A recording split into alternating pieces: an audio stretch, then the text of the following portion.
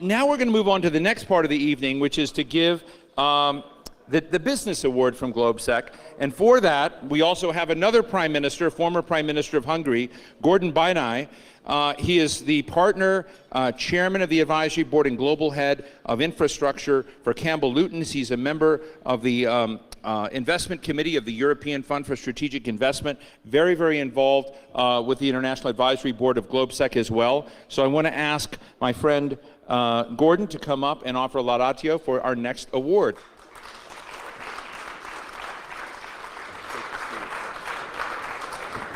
I'd like to tell you about a man, about a story, which is probably a very important story for all of us interested in or coming from Central and Eastern Europe. And we have started these business awards, Robert, how many years ago? Probably 3 years ago, yes. And when we did the first one, we said, and sorry, Arkadiy, it's not about a man, it's about a message. So the first message we celebrated, awarded Andreas Treichel, at the time the CEO of Erste Bank, and we said, but there is a message. He was the one who probably did most in the region to create a wide and stable middle class, which is the basis of any democracy. But back to the business awards. This year we are going to celebrate something different. This year's award is about entrepreneurship. Entrepreneurship out of this region. And when I think about an entrepreneur, I think the easiest definition of who is an entrepreneur, it is someone who does something out of nothing. And that's what we are going to celebrate tonight, and that should be a message to the whole of the region. Every business award, every award given is usually not qualified by those who give the award, but those who receive it. So we are always very careful to pick the right person to give a strong message. So we chose a person who, at a very young age, just beyond 30,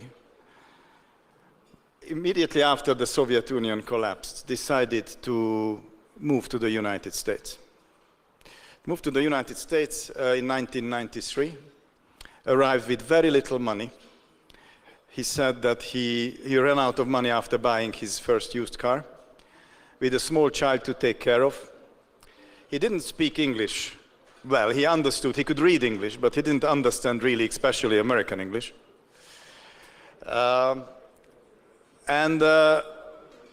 He spent the first 4 months dishwashing in restaurants and sending out job interviews, 400 job applications in those years, in those months, until somebody, very American story, took him without a proper knowledge of English and offered him a job. So that's how he started in 1993.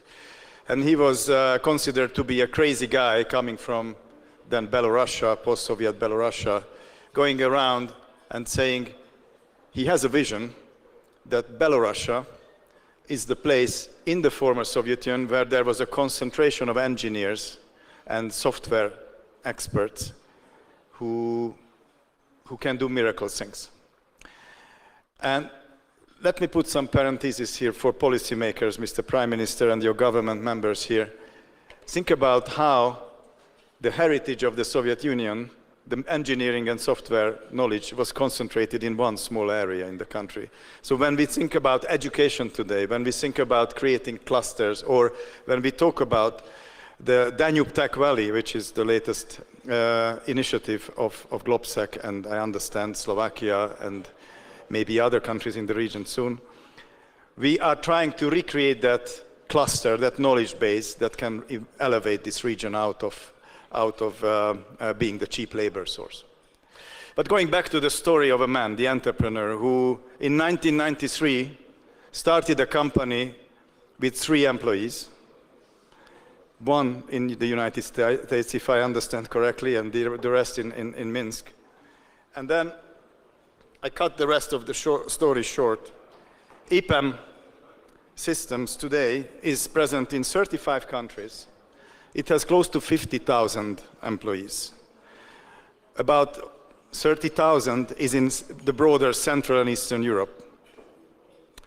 It has annual revenues of $2.3 billion, and its market cap, if I looked at the last page of Yahoo Finance, it was around $33 billion.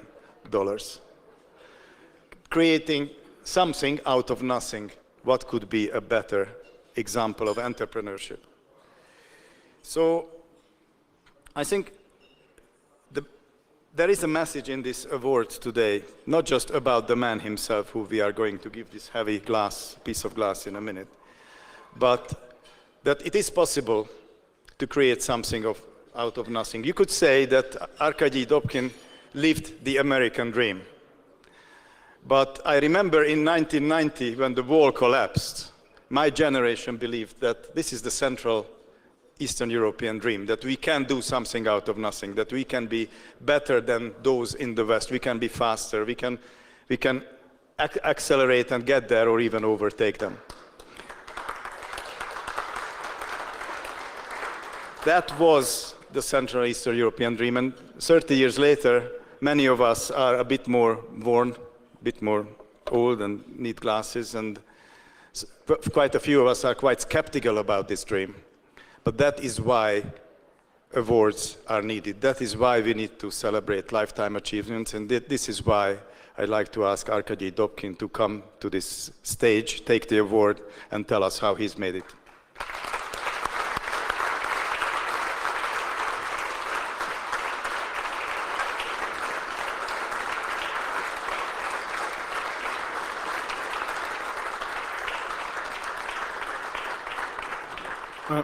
Thank you very much. I think everything should go in turn. So it was a funny message, and serious message should be funny now again, right? And I'm just so much impressed how well prepared Gordon. I don't think I shared this with you, or at least in these details, because it seems like it was good preparation there. As usual with some mistakes, but that's fine. I'm really, on a serious note, I'm very honored and humble. Because, as you know, in life, everything coming with a lot of luck, and I was a very lucky guy. Because it's happened to be that I was in my early 30s or late 20s when Gorbachev came. And that was a turning point for everything, and suddenly you understand that you can do something different. And I was forced out of my country by my family because they thought that the window is 1 month, and if you're not leaving, and I actually left in '91, right after the putsch, if you remember what was it. And so I was lucky because I was a product of Soviet Union educational system, which has good sides, which is like my engineering background, and happened to me very good sides because I had no idea how to speak in English, which means that in America nobody was going to employ me, and I had to start the company. And also I very quickly understand, and that's important for this forum, which again I had no idea happening until Gordon contacted me several weeks ago. Back then I realized that talent is really global, and I knew so many smart people from my university, from my first software company, which I started back in Belarus, right when it was possible. And I thought, how come it would be possible to connect? And remember, 92, 93, no internet available. So it was just a crazy idea when I called my school friend and said, let's do it. He was number 10 in the list. Everybody else told me that I'm crazy. And all we wanted to prove that actually the talent, which we know at this point from Belarus, would be able to help doing something good for the world and actually accepted as a people with talent and abilities. And then it happens that we become relatively visible in Belarus, And then I was looking how to grow and compete with global companies, and was trying to do some acquisitions with our own peanuts money. And the only company which agreed to do it with us was a company in Hungary in 2004. And we become the company which kind of switched broken English / Russian to components of Hungarian accent. So I was lucky also that in 2012, when we already had 7,000 people, and Ukraine and Russia and Hungary, Budapest was our European connection. We had no idea what is IPO, but we did IPO in New York Stock Exchange with one lawyer in States and 2 finance people. If I knew that it shouldn't be possible, we never would be doing this, and it was very bad IPO. Because it was strange company with strange accent and everything, but then we were quarter after quarter, we were proving that we can work, and 10 years later, this is where we are. And Gordon mentioned 2.3, it's actually 2.6 last year, and this year it would be 3.6 at least.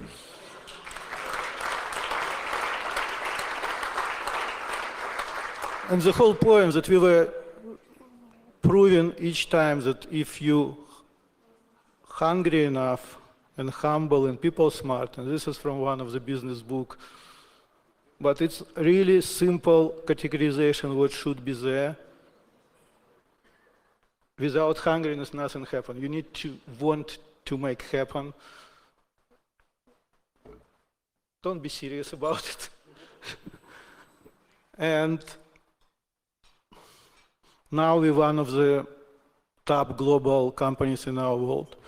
Now Accenture and Deloitte and IBM watching us very, very careful, because we are the fastest growing software technology services company in the world.